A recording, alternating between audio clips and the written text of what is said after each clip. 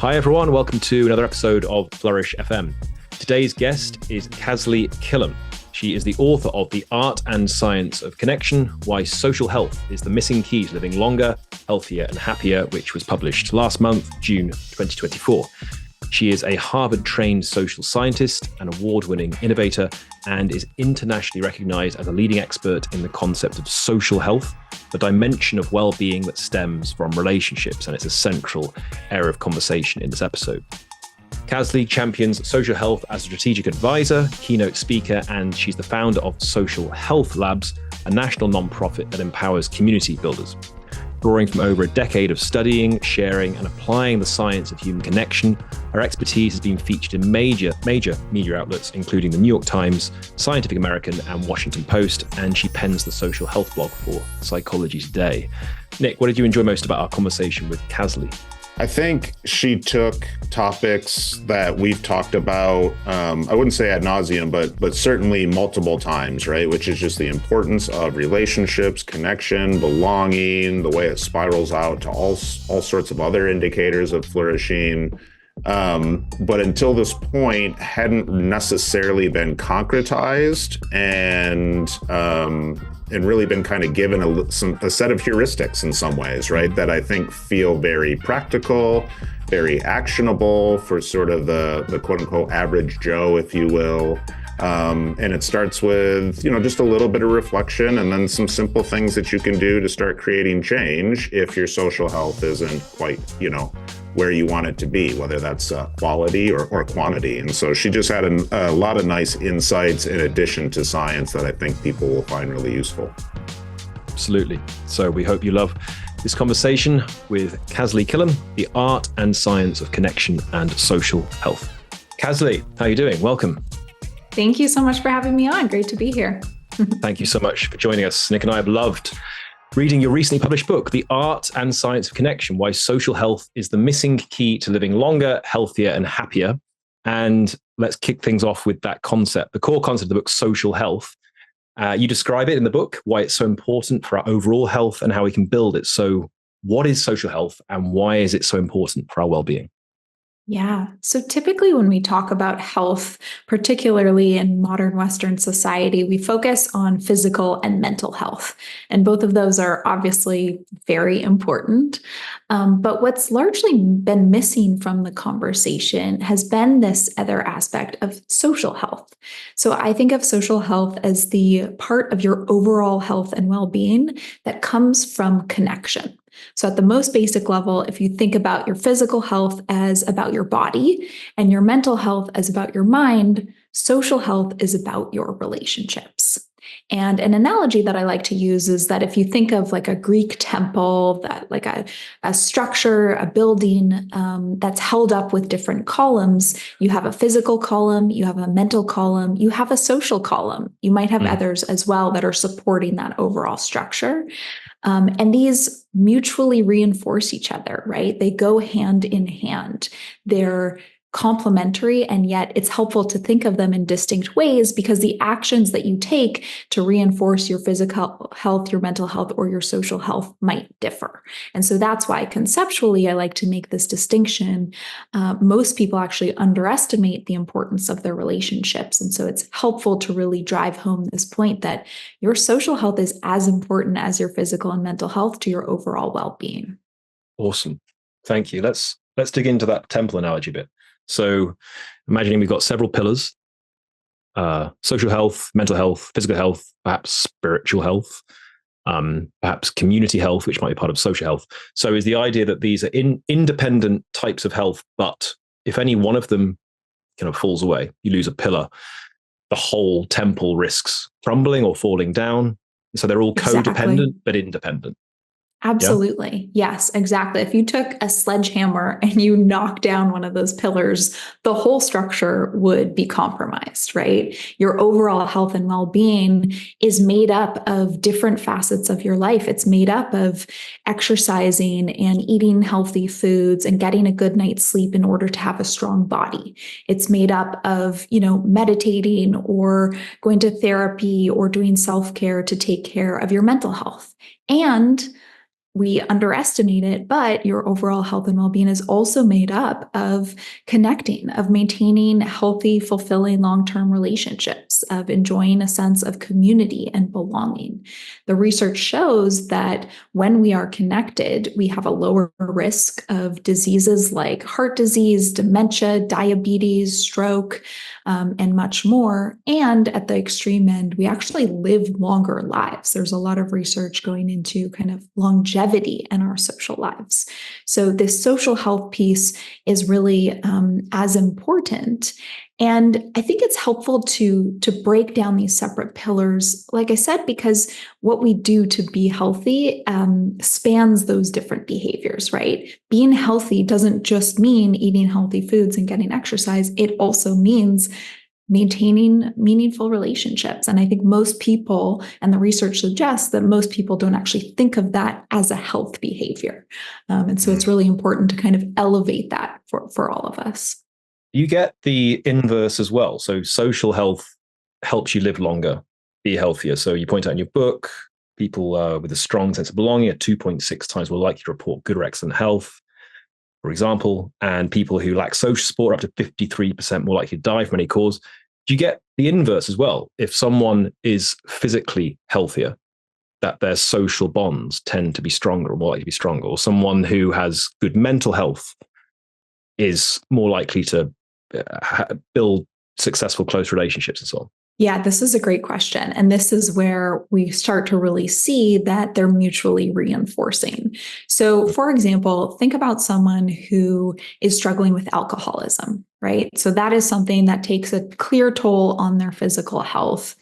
It's detrimental to the body. It's also detrimental to their mental health, right? Because there's a lot of anxiety, perhaps depression associated with that. There's an ongoing struggle there.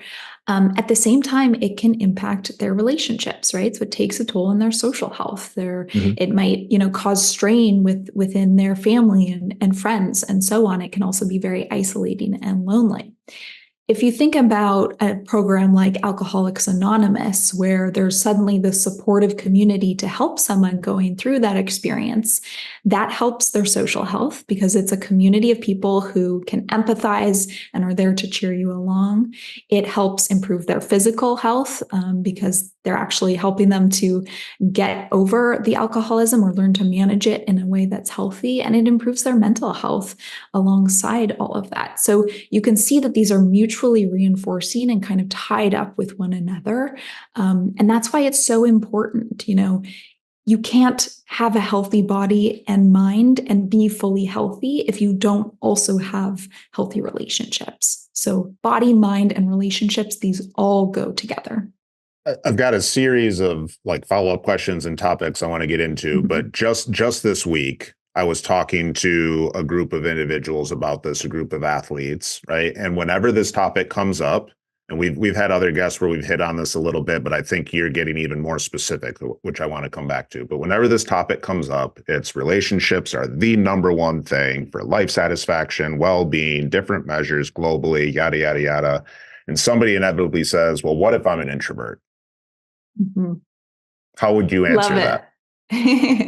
Well, I'm happy to tell all of the introverts listening that I am also an introvert. And I think this is a really important piece and an important perspective to bring to this conversation. I am by no means saying that being socially healthy means that you need to socialize all the time. That is not necessarily true at all. Okay. I am someone who needs to balance socializing with solitude and make sure that I have alone time to recharge my batteries. It doesn't mean that I don't need connection and that I don't love spending time with friends and family and connecting with coworkers and so on. It just means that there's a balance there that's different for someone who's more extroverted. And this is a really important point, right? Not all connection is good connection. It's also important to have connection with yourself and to prioritize alone time, but also time with the people who are most important to you. So yes, I'm so glad you brought this up because being socially healthy is different for each person, right? Exactly what that looks like. And for an introvert, it just looks a little different. So that's a perfect segue because my head's naturally going to like the concept of social health makes good sense. And it's funny because right when you kind of started saying social health versus mental health, I thought, man, some people would argue those are almost indistinguishable, right? But I love the way you're handling it because you're saying just treat this as its own metric, its own increment that matters, greatly. And so I want to kind of understand the metric itself, the idea of social health, and coming off that question about introversion, I answered it with, well, what I would be concerned about is an absence of loneliness, right? Or what I'd be concerned about is a presence of loneliness, I should say, right? But when we talk about social health, it sounds to me like a more positive indicator, not an absence of a bad, but a presence of a good, right? And so how would people sort of assess whether or not the things that make them socially healthy are present? Yeah. So 2 points here I want to follow up on. And the first is this distinction with mental health, because this is really important. So there are numerous studies showing that people underestimate the importance of connection. And it's largely because connection gets lost in the conversation on mental health. Yeah. We think, oh, yeah, hanging out with people we care about, that just, puts us in a good mood. That's good for our happiness. It is about so much more than that. It's literally contributing to how long you live and how healthy you are while you're so much higher than just a good mood. And so that's why it's very, very important to distinguish social health from mental health. And also, like I said, because the steps that you take to be socially healthy might be different, right? But then on your next point, you're absolutely right to make this distinction that it's not just the absence of negative things. Okay, so that's part of it, right? And let's kind of draw a parallel with physical, mental, and social health, right? Physical health ideally is the absence of disease, the absence of illness, but it's also the presence of strength, right? It's the presence of energy and being able to do the activities that you want to do because you have a strong body. Similarly with mental health, yes, ideally it's the absence of mental illness, of depression, anxiety, or the maintenance of those, but it's also the presence of wellness, right? Of joy, of meaning and purpose. Of living well. It's not just surviving, it's thriving, ideally. Right. And so in that same way, we can think about social health as partly being ideally the absence of isolation and loneliness and conflict and things like that. And it's also the presence of connection, of supportive relationships, of regular interaction, of belonging to communities that are important to you, of having different diverse ties. And we can get into the specifics of kind of what it means to be socially healthy, but it's both the absence of the bad and the presence of the good. And this is something that I'm a big advocate for, especially coming from, early on in my career. I spent time in the positive psychology world, which was all about saying, it's mental illness is not enough. We also need to think about mental wellness. And I know this is all what you guys are into as well, right? Exactly. How do we flourish? Yeah. You're speaking our language, right? Which Absolutely. is why that paradigm makes sense. And if you would, please just go into the specifics. I'd like to hear more on some of those things you listed. Yeah, take us there, please. Yeah, totally. So there are kind of three main characteristics that I think are really important based on the research for what it means to actually be socially healthy. So the first is about actually having a strong foundation of connection with yourself, right? If we have a good relationship with ourselves, we're better able to connect and open up with others. And so that's important, and especially for introverts, but for all people, I really want to underscore that point. The second piece is really about having diverse ties. So many studies show that it's helpful to have various people and various groups who you can draw on for your social needs, right? So not, for example, relying on all of your emotional needs to be met by one romantic partner or one best friend, but instead having multiple friends, having coworkers, having neighbors, having, a group that you belong to that's important to you, having these different diverse ties. Yeah. And also actually having diversity within those. So there's interesting studies showing that if you connect regularly regularly with people of different ages, of different ethnicities, different backgrounds, different interests and hobbies and cultures, that actually has unique health benefits in and of its own. So I think that's a key piece. And then the last point I'll make is, and really the most important, is that being socially healthy means having the right amount and type of connection for you. So this gets back to what we were talking about with introversion, right? The amount of interaction that you need on a day-to-day or weekly basis might differ from someone else. And then similarly, the ways that you enjoy connecting might differ. Just like it does for physical health, right? Like some people love running marathons. I would hate that. I really like Pilates, and someone else doesn't like that. We all have different preferences and kind of habits. Yeah. And so the same is true for social health. Thank you. That's incredibly useful. Yeah. And can we go any more precise? Maybe we can't. So I'm asking whether this is even possible, but based on the current research so you mentioned with the last point that it varies person to person, there's individual differences.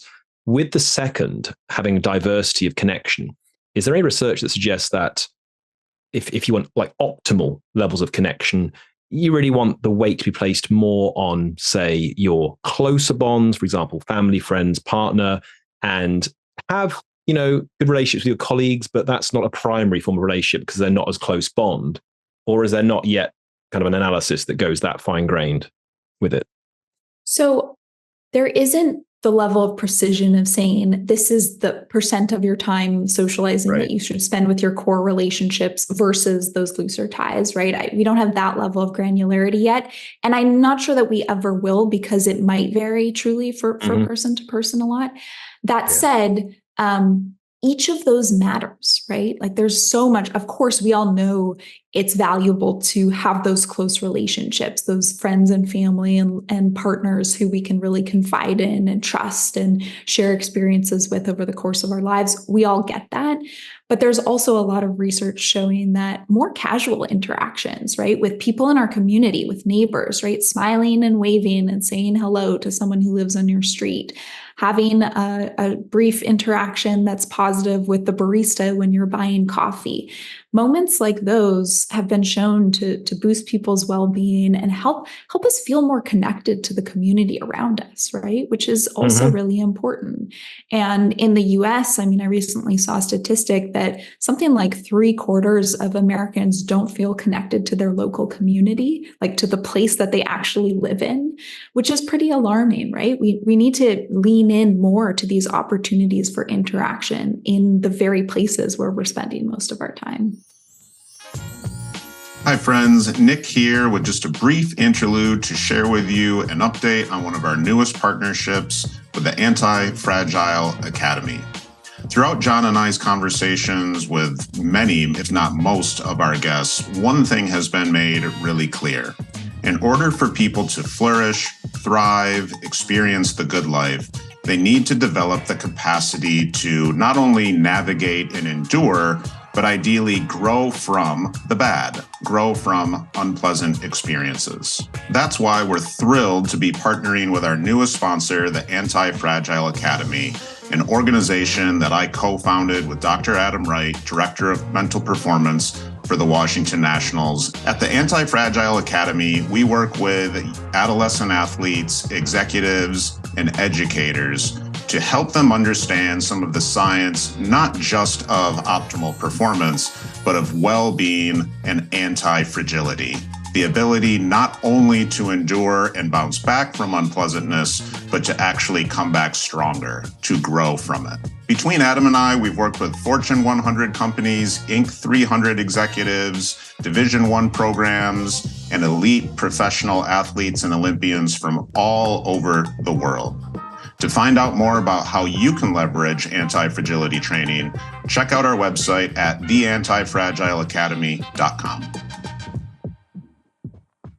Another follow-up on this, how far we can push the granularity. If you have, I can imagine you could have a case where someone has wonderful friendships, family relationships, great relationship with a partner, but they're a solopreneur, they work entirely online, they have zero relationships with their colleagues beyond just meetings, which are formal. And they live in a rural community and most things get delivered to their home. They don't really have any connection with their community, but they're extremely happy and fulfilled with their relationships. Contrast that with the person that has thriving working relationships in an in-person office, and they know all the local baristas, local hairdressers, shop owners and stuff, but they lack close friendships. They're single and they don't have good family ties. Now, I can well imagine that research would show that the latter person would have a poor level of social health, but the first person would have a high level of social health. Does research show that at all? The way I would think about it is, you can be, so let's say you're someone who are not obese, right? You're kind of a healthy weight for your height and body type. And, you get lots of good sleep at night, but really there's an opportunity for you to exercise more, to be a little bit stronger, even though you're a healthy weight. Maybe, eat fewer processed foods to just really optimize your physical health, right? So the analogy here is that the same is true with social health, right? You might be really flourishing with your relationships in one way or multiple ways, but then there's opportunities for you to be more socially healthy in these other ways. So in that case, maybe someone has great relationships with their coworkers, which is awesome, by the way, because we spend so much time working. If you, whether or not you feel connected or lonely or whatever in your day-to-day work habits, that's going to have a huge impact on your day-to-day and long-term social health, as well as your physical and mental health. So that's great. But it sounds like there's an opportunity for someone in that situation to go deeper on their friendships, right? And on those different ties. So I would think about it less as they're either socially healthy or they're not, and just think about it holistically as where are the opportunities to optimize social health even further and to develop more meaningful connection that adds value to their life and adds hopefully health benefits in the long term. Okay, awesome. Thank you. So we want to dig deeper into kind of how a person could kind of assess their social health, because we can assess our physical health, our mental health, and we have other people assess these for us as well, right? Personal trainers, physios, doctors, and so on. Now, you put forward the first methodology for how to be socially healthy. So a framework to understand, evaluate, and bolster social health. So can you describe this framework and how a person could assess their level of social health? Yeah, absolutely. So similar to physical and mental health, there's not just one score, right? Like one overall number that perfectly captures your physical health or your mental health. We have to look at different things. Look at your height, your weight, your body mass, whatever, run different tests to examine your physical health, do different surveys to get at different aspects of your mental health. In that same way, social health is something that's subjective and that requires looking at various aspects of your overall engagement. And so in the book, I describe these 3 steps to help you kind of take stock of your overall social health and identify opportunities for you to optimize it further. So the first step is looking at the different sources of connection in your life. So really, who are you interacting with on a regular basis? How, what groups do you belong to? Who do you value? What are the relationships that mean a lot to you? And so on. The second step is looking at the strength of those different sources, right? How close do you actually feel to those people? And in particular, are those ties both mutual and meaningful? And then the third step is actually identifying, I have a worksheet in the book to kind of codify all this, but actually identifying what's that next step. What is that kind of opportunity for you to go further? And in particular, I outlined 4 different strategies. The analogy I love to use is strengthening your social muscles, right? Just like we strengthen our physical muscles through exercise, we can strengthen our social muscles through connection.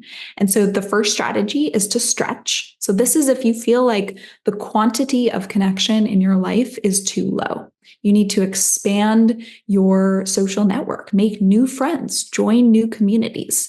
And probably every single human finds themselves needing to stretch their social muscles at one point in their lives. If you move to a new city or start a new job or go through a life transition, that's an opportunity to stretch. The second strategy is around resting your social muscles. So this is if the quantity of connection in your life feels good. It's at a great level or even too high, right? So just like we need to rest our physical muscles in between reps, in between workout days to actually give our body the chance to recover and internalize that workout, it's also important to rest our social muscles. The third strategy is to tone our social muscles. So just like you tone your body to get stronger and to shape your body more, you can tone your social muscles by going deeper. So this is if the quality of interaction in your life feels a little bit lacking, right? If you want to actually get closer to the people, maybe you have friends and family and regular interactions with coworkers and so on, but you want to go a little bit deeper and feel closer to them, then your strategy in that case is to tone. And the final strategy is to flex. So just like we flex our physical muscles to kind of show off our strength, we can flex our social muscles if we feel like the quality of connection in our life is good. It means maintaining the relationships that we have, continuing to sustain connection in your life in the long term. Nice. Simple, concrete, actionable. It's great. Well, and then, of course, the book goes into a lot more detail on how do you actually go about each of those and what are specific ways based on your personal preferences, your personal style, and so on. Yeah, of course. But that's, I mean, those are the steps ultimately I think we're hoping to kind of pull out in part from this conversation, because again, there's so many conversations where you talk about the importance of relationships. There's a lot of conversations that break it down into different categories of relationships. I don't see quite as much around the like, okay, so what do I do about it piece of relationships, right? And that's I think what really resonated there. So. Yeah, thank you. Yeah, and that's something you emphasize in the book, Kasley, as well, right? The steps we can take to make social health more of a priority in our lives. Because, it seems that many people in recent years, at least, have been prioritizing steps towards better mental health, better physical health, but social health perhaps isn't something that people are prioritizing just in the same way or quite as much. And you describe things like setting connection goals in addition to career goals and making a to-love list in a similar way to how I make a to-do list. So can you describe these and other key steps you recommend to make social health a priority? Yeah, absolutely. I mean, what I'm most passionate about is, okay, here are the insights that we can draw from the research. Here's what the data is telling us about what's important and so on. Now, what does that mean for you and me, right? How do we actually put that into our lives?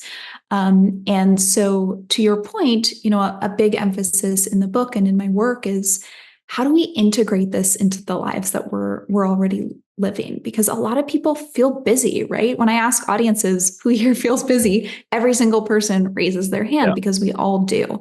And it's very easy to let connection with our loved ones fall to the wayside and be the last thing on our to-do list that we get around to if we have time and energy. So a few of the suggestions, so I'll go into, for example, the one you said about, setting connection goals, right? If you're someone who is working, you probably have professional goals that you're working toward. Maybe it's an upcoming product launch or getting a promotion next year or a target salary that you're hoping to achieve. And you have kind of a path forward that you're working toward to make that happen. If we bring that same intentionality to our social health, we are going to reap the benefits, and so are the loved ones in our life as well, right? And so literally setting connection goals. Think about a month from now or 6 months from now or a year from now. Do you want to make a new friend? Do you want to spend more time with your kids? What are the goals in your social life that are important to you at this stage? And how can you make that happen? It's really fundamentally about just being intentional and making it a priority. The other example you gave was make a to-love list next to your to-do list, right? So this is the idea of we all have to-do lists. Mine governs my life. It's, the worst. But what about writing a to-love list of, say, the top 3 to 10 people who it's really important. Those people are really important to you. They're people who you want to keep in your life and make sure that you're staying in touch with some regularity. I interviewed people who have lists like this on sticky notes next to their coffee machine, on their computer monitor, next to their toothbrush so that they see it every morning when they brush their teeth. And it's just a prompt to kind of make you reflect, oh, who haven't I reached out to recently? Mm-hmm. Let me text that person. Let me schedule a dinner with that person just to make sure that you're keeping in regular touch.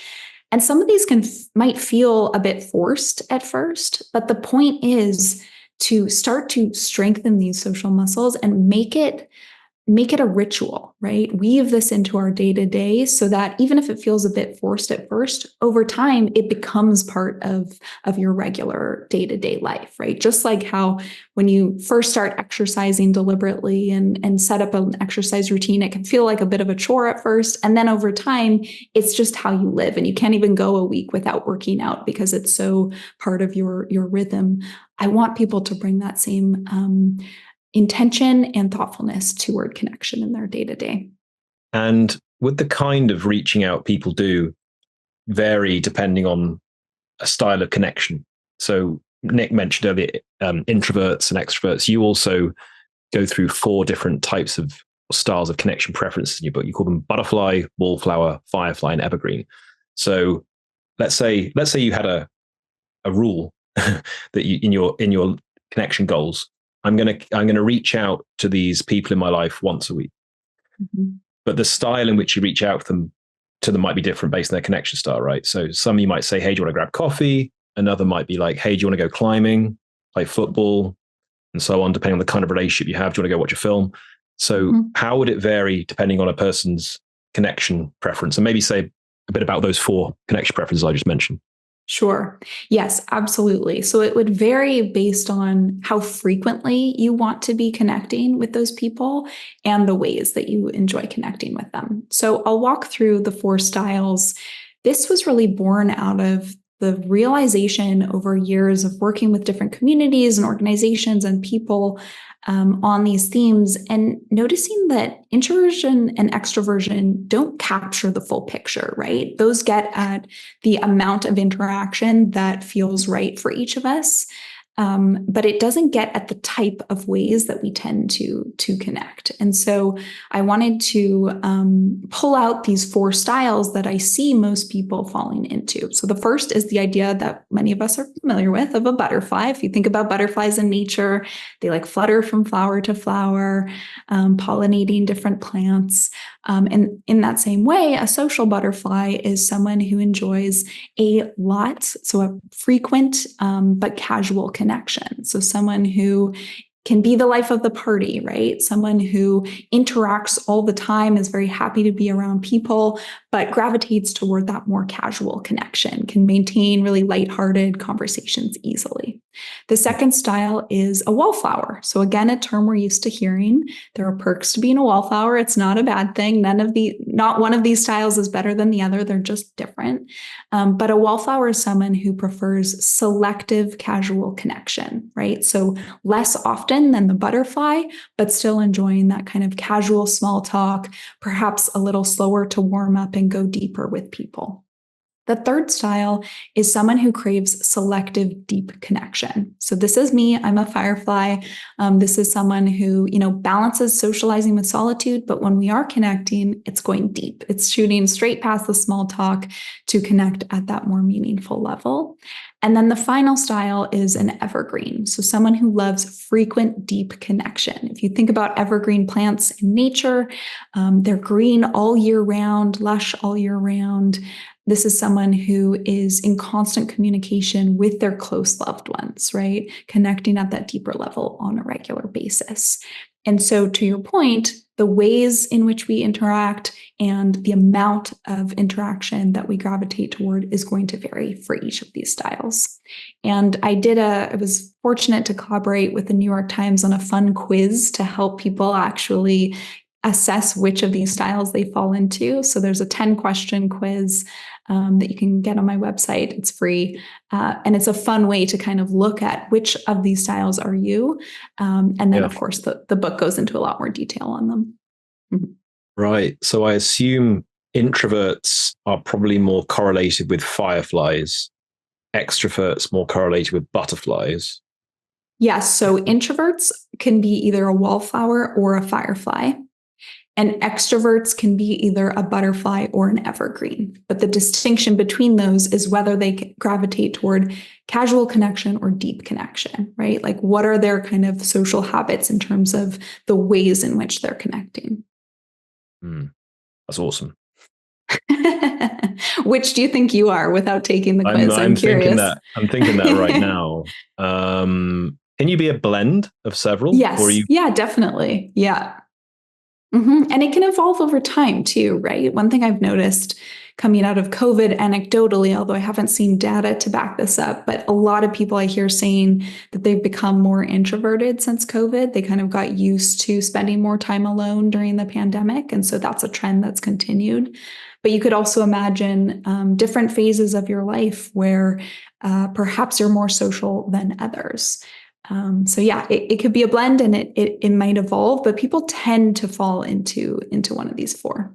All right, I'm a blend of all of them except wallflower, but that's not really an option to be three of them, right? I guess take the quiz and you'll have to let me know. Yeah, all except wallflower. Which are you, Nick? I'm not sure. I'm actually curious though to what extent, and maybe this is more granular than you wanted to go, or maybe you do go, attachment theory. Mm-hmm. Like I hear these types, and at the same time thinking, well, yeah, but there's a lot of stuff that goes a lot more granular than that. But there's trade-offs when you try to go that granular as well. And I happen to have a client writing a book on attachment theory and leadership, and shout out to her. I'm sure she'll listen. But so I think it's a great line of research. I'm just wondering the extent to which you might have included it or consciously excluded it from those sorts of categories. Yeah, attachment theory is fantastic and so important, and certainly plays into all of this. These four social health styles are really meant as an exercise to help people reflect on what are your preferences, what are your habits, and just at a high level help people understand the amount and type of connection that's meaningful to them. Exactly. Yeah. And I mean, I love exploring attachment theory. I'll look forward to reading your client's book. And that's going kind of a level deeper into how do we connect with each person, right? Like how do we form and maintain these relationships over time? Gotcha. Cool. Well, that's helpful clarity. Yeah. Yeah.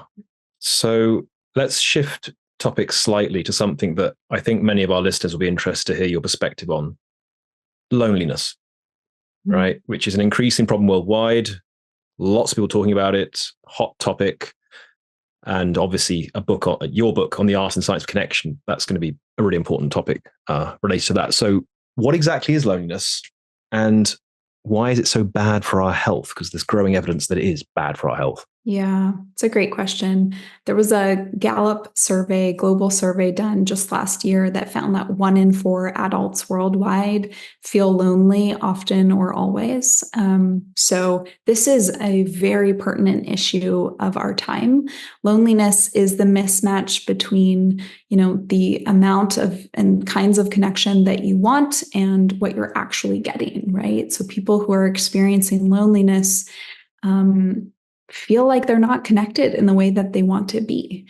And there's a couple distinctions that are very important to make here. One is that just feeling lonely from time to time is actually a helpful cue. It's like hunger or thirst. It's a sign from our bodies saying, hey, there's something you need that you're not getting right now. And that alert is helpful data, right? Pointing us in the right direction. Where it becomes a problem and something that actually can be detrimental to our health is when loneliness is chronic, right? People who are truly experiencing disconnection on an ongoing basis, and that's really challenging. And so we are always going to need solutions for that, right? It's very telling that 1 in 4 people are feeling lonely on a regular basis. It's very concerning. So loneliness is a hugely important issue. It's also one that I've been working on for many years and that many other people have as well, right? Back in 2018, the UK appointed a minister of loneliness. John, I know you're in London right now, right? Like you guys were true leaders in that space. There's been a lot of efforts in the last 10 years to address loneliness. And we need that, clearly. We absolutely need that. Loneliness has been shown to be as detrimental to our bodies, to our health, to our longevity as things like smoking cigarettes, as being obese, as getting exposed to air pollution, and more. So this is on par with things like that in terms of the detriments. And if you think about why, we are social species. And so when we feel disconnected from other people, it triggers this survival instinct within us. And we experience that as a stressor, right? When that goes on for too long, that's a true stressor to our bodies. That can trigger these stress pathways of increased cortisol, more inflammation, and so on, which end up making us more susceptible to diseases, right? Weakening our immune systems over time. And that's why we see a rise in things like heart disease and diabetes and many other conditions for people who are chronically lonely. So this is certainly something we need to pay attention to. However, a big point that I'm trying to make in the book and in all of my work is that yes, we absolutely need these reactive solutions for loneliness. We also need to move upstream and have proactive approaches to promoting social health for all. And there's benefit in doing both. And so I really try and push for broadening that lens a bit, right? Loneliness is just one sign of poor social health, and it's an important one, just like obesity is an important sign of poor physical health, but it's not the only one. And if we can move upstream and think about everyone's social health, how do we invest in this proactively, preventively as an asset for us all?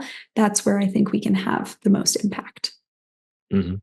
How does one know, you mentioned like if you're lonely, there's some sort of an alert, right? Whether that's sort of like cognitive or affective or, maybe even subconscious. I don't like it could be all of those things. How do you think that alert typically is signaled to people? Like another way of saying it is, I think there's especially, I think for a lot of, I'm sitting in the Midwest, I'll say Midwestern men, I know culturally for sure, like that's not something they're even necessarily going to think about, let alone reflect on and assess. There's got to be like in the perfect world, hey, you experience this, start paying attention, right? But I don't know if we were talking to somebody yesterday about things that are sort of ineffable. Like, I don't know if there's a great way to describe that sensation. I wonder if you have some of the language for it. Yeah, I think what's interesting too is it's often caught up with other things that people are experiencing, like depression, like anxiety, right? I see this a lot with people who are depressed, where loneliness and depression are wrapped up in each other and exacerbating one another. So I think also it can sometimes get caught up with other things that people are experiencing. But fundamentally, it's, do you interact as often as you want? Do you have someone who you can reach out to for support when you need it, right? Do you have close relationships with people who you can spend time with and enjoy that time and feel like they're there for you, right? These things are subjective. And so it does require some reflection and some thought. But also there's, for someone like you're describing who may not ever think about loneliness, there's a different way we can frame the conversation, which is around social health and saying, do you framing it around in a positive way, not just the lack, what are you missing, what are you lacking, but also how, are you prioritizing friendships, right? What groups do you belong to? How can you make that part of your day-to-day? And so I think there's different ways that we can frame this conversation that might be more empowering. And I see that a lot of times with the organizations that I work with and the communities that I work with, talking about loneliness can push some people away, right? There is stigma there still. There shouldn't be, but there is. It can be an uncomfortable, kind of awkward, weird conversation. If we frame it around connection and community and social health instead, that's more empowering, right? That feels inclusive, more so to most people. So I think that's an important point. Yeah, good.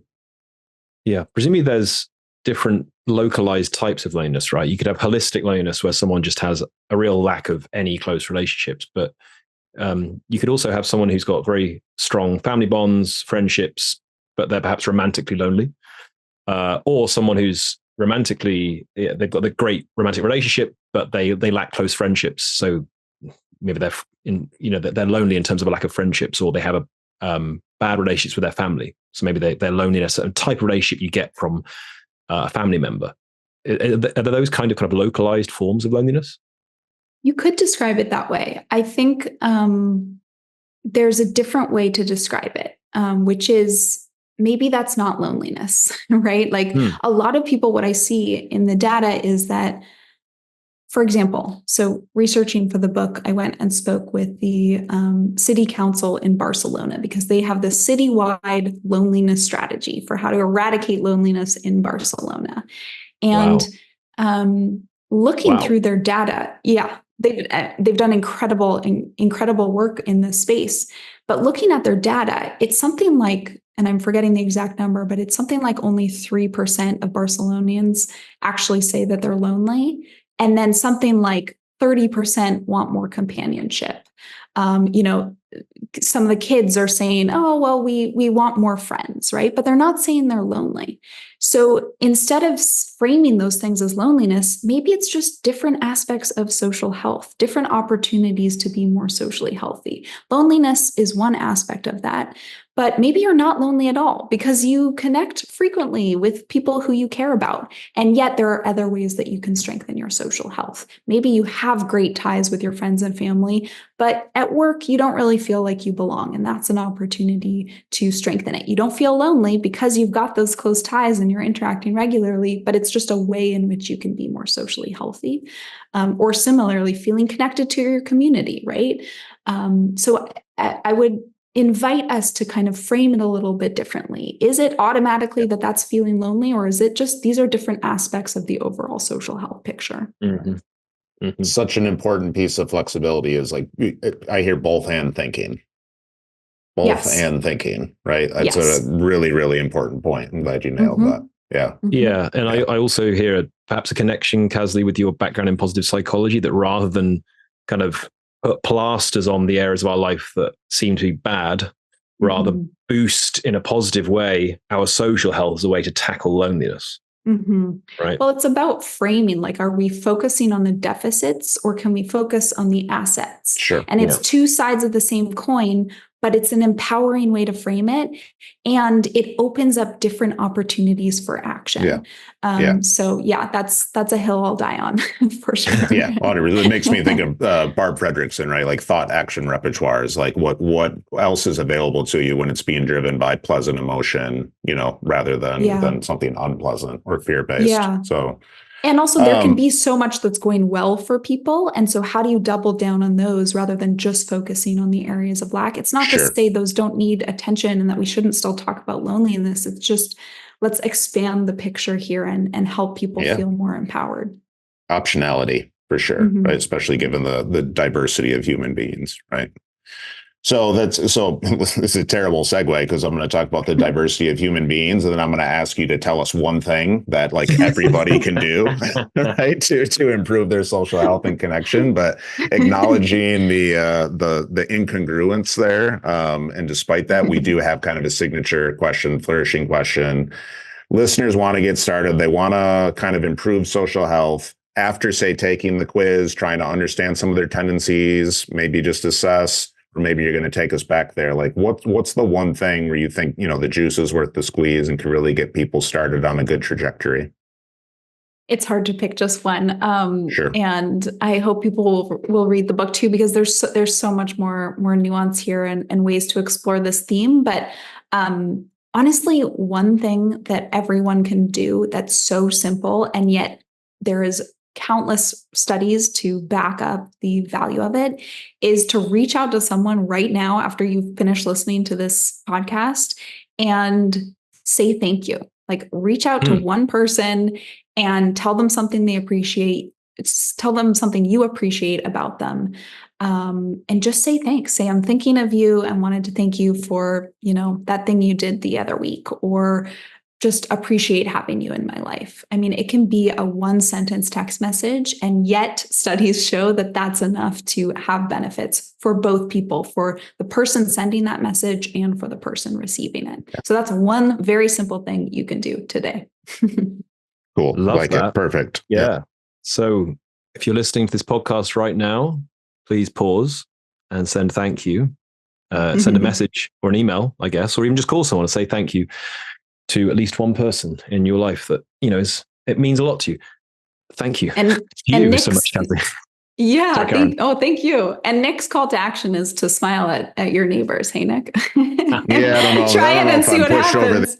I might, again, disconfirmation bias. I might need to check that literature first. Well, no, experiment. That's one thing I'm big on, is experimenting with this in our lives, right? And so do a study for yourself and try it one day and see how it feels. For sure. Yeah. Smile tomorrow and say thank you the following day. See what happens. Yeah, I do believe in emotional contagion. So, I mean, it all lines up in the same direction. I just have to admit it begrudgingly. So it doesn't line up with my personality. But all right. Well, listen, Kasley, this has been great. Tell us a little bit, or tell our audience where they can find more about you and your work. And John will give the book a shout out again. Sure. So the one-stop shop is KasleyKillam.com. You can sign up for my newsletter there, where I send out regular updates about the research and other insights emerging in this space. You can also get the link to my book, The Art and Science of Connection. It's available anywhere books are sold. And feel free to connect on Instagram and LinkedIn at Kasley Killam. Thank you so much, Kasley. This has been our conversation with Kasley Killam on the art and science of connection and social health. Her book, The Art and Science of Connection, Why Social Health is the Missing Key to Living Longer, Healthier and Happier, is now out from HarperCollins. Thank you so much, Kasley. This has been an awesome conversation. Absolutely loved it. Thank you both. I really appreciate it. Thanks so much for listening to Flourish FM. We hope you enjoyed the content. Please be sure to leave us a 5-star review and hit that subscribe button wherever you listen to your podcast, and on all major social media platforms. And if you visit our website, flourishfmpodcast.com, you can sign up to our newsletter. We send out a weekly newsletter. First newsletter of every month, we share a long form blog, and every newsletter, every week, we share highlights from our previous episodes. Please hit subscribe on our website.